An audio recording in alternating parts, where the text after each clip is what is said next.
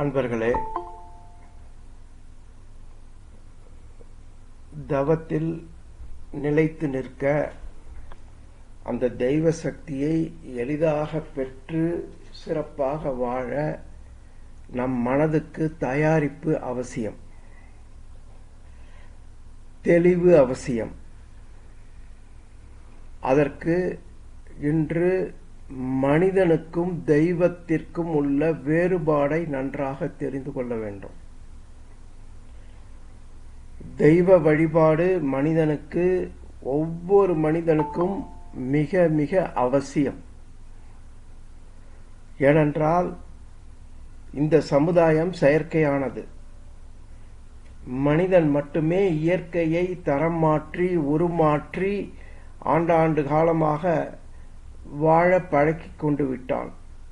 எனவே அவன் வாழ்க்கையில் செயற்கை தன்மை எதிலும் எப்பொழுதும் மிக மிக அதிகமாகிவிட்டது. எனவே இயற்கையினுடைய ஆற்றல், தெய்வ ஆற்றல் அவன் மனதில் உடலில் முழுமையாக செயல்படாமல் போய்விட்டது. அதுதான் நோயாக வருகிறது, மன அமைதியின்மையாக வருகிறது. எனவே அதை போக்குவதற்கு ஒவ்வொருவருக்கும் இறை வழிபாடு மிக மிக அவசியம். அந்த தெய்வ சக்தியை நமக்குள் கொண்டு வரும் முயற்சி மிக மிக அவசியம். ஆனால் பல மனிதர்கள் இன்ப துன்ப உணர்வுகளில் தன்னை இழந்து வாழ்க்கையில் மனம் மிக பலவீனமாக இருக்கிறார்கள். ஒரு சில பேர் பிறவியிலேயே இந்த மனதிற்கு ஒரு தூய்மையை பெற்றுவிட்டார்கள். மன தூய்மை அவர்களுக்கு இருப்பதால் அந்த தெய்வ சக்தி இயல்பாக அவர்களிடம் அதிகமாக இருக்கிறது. அவர்களை காட் மேன் என்று கூறுகிறோம். இந்த இன்ப துன்ப உணர்வுகளில் சிக்கி நோயாலும் மன அமைதியின்மையாலும் தவிக்கிறவர்கள் அந்த காட் மேன் என்று சொல்லக்கூடியவர்கள் பால் ஈர்க்கப்படுகிறார்கள்.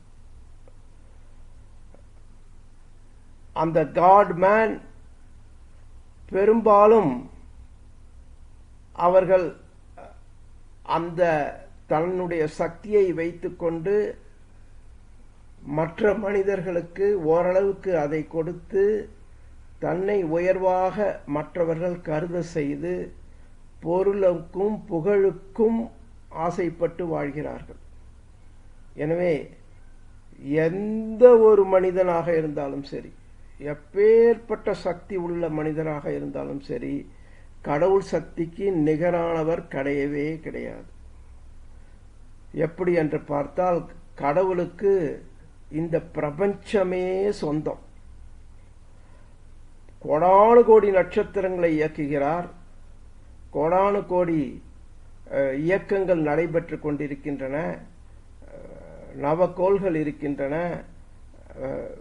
ஒரு பூமியை அந்தரத்தில் சூழ்ந்து கொண்டிருக்கிறது கடவுள் சக்தியால். இதை எந்த யோகியாவது, எந்த மாமனிதனாவது செய்ய முடியுமா?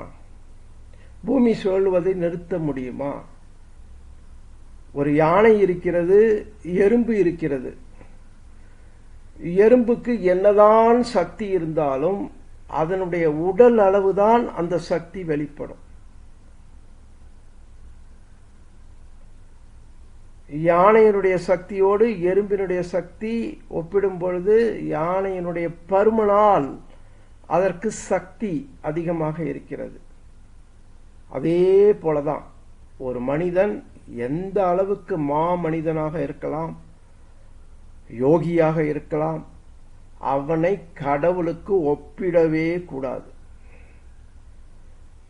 எனவே கடவுளுடைய சக்தி பாரபட்சமின்றி அனைத்து உயிரினங்களுக்கும் பூமிக்கும் இயல்பாக வந்து கொண்டே இருக்கிறது ஒவ்வொரு வினாடியும்.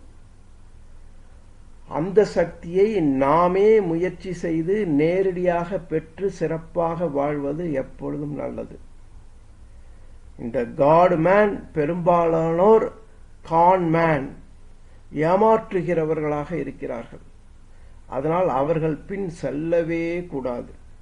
வாழ்க்கையை இழந்து விடுவோம், பணத்தை இழந்து விடுவோம், அவமானம் படுவோம். எனவே கடவுள் என்பது மிக மிக பெரிய சக்தி. கடவுள் என்றாலே நமக்கு பிரபஞ்சம் ஞாபகம் வர வேண்டும். அதையெல்லாம் பார்க்கும் பொழுது மனிதனுடைய விஞ்ஞானமோ மனிதனுடைய ஆற்றலோ ஒன்றுமே இல்லை. எனவே நேரடியாக காந்த தத்துவத்தின் மூலமாக நமது மனமும் அந்த பிரபஞ்சத்தின் ஒரு பகுதி. Other end of God is mind அப்படின்னு சொல்வார்கள். கடவுளின் மறுமுனை மனித மனம் என்று கூறுவார்கள். அதை பிடித்து கொண்டு இந்த மனதை தயார் செய்து உயர்த்தி அந்த கடவுள் சக்தியை எளிதாக பெறுவதுதான் நவக்கிரக பவர் மெடிடேஷன். யாரையும் நம்ப தேவையில்லை, யார் பின்னாலும் செல்ல தேவையில்லை, பொருள் செலவு கிடையாது, அலைச்சல் கிடையாது. இருந்த இடத்திலேயே இதை தத்துவத்தை புரிந்து கொண்டு நாம் இதை செய்யும் பொழுது மிக எளிதாக நோயில்லாமல் வாழ முடியும். மிக எளிதாக ஆழ்ந்த நிலைத்த அமைதியோடு வாழ முடியும். யாரையும் கெஞ்ச வேண்டிய அவசியமில்லை. நமது துன்பத்திற்காக யார் பின்னாலும் போக வேண்டிய அவசியமில்லை. இதை மீறி இப்பொழுது இருக்கும் உடல் துன்பங்களை மருந்தை உட்கொண்டோ மற்ற வகையிலோ போக்கிக் கொள்ளலாம். தொடர்ந்து இந்த நவக்கிரக பவர் தவத்தை 48 தடவைகள் செய்யும் பொழுது அந்த காந்த சக்தி நம் உடலில் இறங்குவதை உணர முடியும். சாதாரணமாக கடவுளுக்கு நன்றாக தெரியும், இந்த மனிதனுக்கு நான் 6வது அறிவை கொடுத்தால் அந்த மனிதன் என்னையே மிஞ்ச நினைப்பான், எனக்கே ஆபத்தை கொடுப்பான் என்று நன்றாக கடவுளுக்கு தெரியும். எனவேதான் முக்கியமான உறுப்புகளை எல்லாம் உடலுக்கு உள் வைத்திருக்கிறார், மறைத்து வைத்திருக்கிறார். இருதயம், நுரையீரல், மூளை, கிட்னி போன்ற அனைத்து உறுப்புகளையும் உள்ள பேக் பண்ணி தோலால கவர் ஆயிருக்கு, ஸ்கின்னால கவர் ஆயிருக்கு. அதே போல நமது உடலில் ரத்தம் ஓடிக்கொண்டிருக்கிறது, நமக்கு அது உணர்வாக கிட்டுவதில்லை. மூச்சுக்காற்று போய் வந்து கொண்டிருக்கிறது, எப்பொழுதோ ஒரு தடவை நாம் நினைக்கும் பொழுது அது தெரிகிறது. மற்றபடி ஒரு விழிப்புணர்வோடு நம் உடலில் உள் இருப்பதை நாம் கவனிப்பதே இல்லை. அதனால் மனிதன் இயற்கையை மறந்து கடவுளை மறந்து செயற்கைதான் உண்மை என்று புகழுக்காகவும் பணத்திற்காகவும் மற்றவர்களை துன்புறுத்தியும் தானும் துன்புற்றும் வாழும் பொழுது அது பாவ செயலாகி அவனுக்கு துன்பமாக திரும்பி வருகிறது.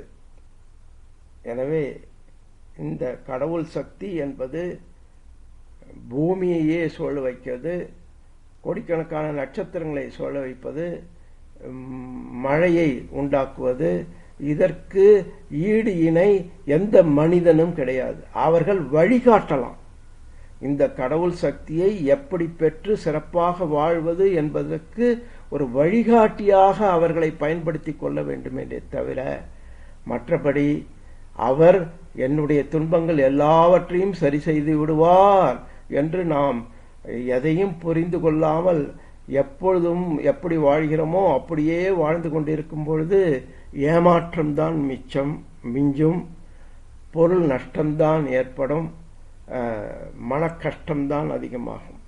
எனவே நாம் இந்த மகரிஷி அவர்கள் மிக அருமையாக காந்த தத்துவத்தை கொடுத்திருக்கிறார்கள். நம் உடலில் உயிர் சுழன்று கொண்டிருக்கிறது, அதிலிருந்து காந்தம் வருகிறது, அதை ஜீவகாந்தம் என்று சொல்லுகிறோம். அதை நம்மால் உணர முடிகிறதோ? முடியவே முடியாது. ஏனென்றால் அது மைக்ரான் மிக மிக நுண்ணியது. அந்த காந்த ஆற்றலை உணரவே முடியாது. அப்பொழுது எல்லா நல்ல விஷயங்களையும் தேடி கண்டுபிடித்து இவனாக அறிந்து கொள்ள வேண்டும் என்று மறைத்து வைக்கப்பட்டுள்ளது. ஆனால் இந்த தவத்தை செய்ய செய்ய ஒரு காந்தத்தை தவ முடிவில் நாம் உணர முடியும். அதுதான் தெய்வ சக்தி. அப்பொழுது ஒரு சாதாரண தவம் செய்யாதவர்களுக்கும் நமக்கும் உள்ள வேறுபாடு அதுதான். அந்த உணர்வு, அந்த காந்த உணர்வு நமது உடலில் உள்ள கோடிக்கணக்கான செல்களில் பரவி ஒவ்வொரு உறுப்புக்கும் பரவி நல்ல ஆற்றலை கொடுத்து நம்மை இயல்பாக வாழ வைக்கிறது. அதனால் நமக்கு ஆரோக்கியம் கடவுளால் இயற்கையாக கொடுக்கப்பட்டுள்ளது. நீண்ட ஆயுள் கடவுளால் இயற்கையாக கொடுக்கப்பட்டுள்ளது. மன அமைதி, மன ஆற்றல் இயற்கையாக கொடுக்கப்பட்டுள்ளது. நாம் தான் அதை தெரியாமல் அறியாமல் கெடுத்து கொண்டிருக்கிறோம். எனவே நாம் விழிப்புணர்வுடன் இருந்து சிந்தித்து இந்த தவத்தை உண்மையான கடவுள் பால் நம் மனதை வைத்து அந்த சக்தியை நேரடியாக பெற்று கொஞ்சம் கொஞ்சமாக உடல் நலமும் மன வளமும் நீண்ட ஆயுளும் பெற்று நம் கடமைகளை சிறப்பாக செய்து, குடும்ப கடமைகளை செய்து, சமுதாய கடமைகளை செய்து வாழ முற்படுவோம். வாழ்த்துக்கள். இப்பொழுது தவத்திற்கு செல்வோம்.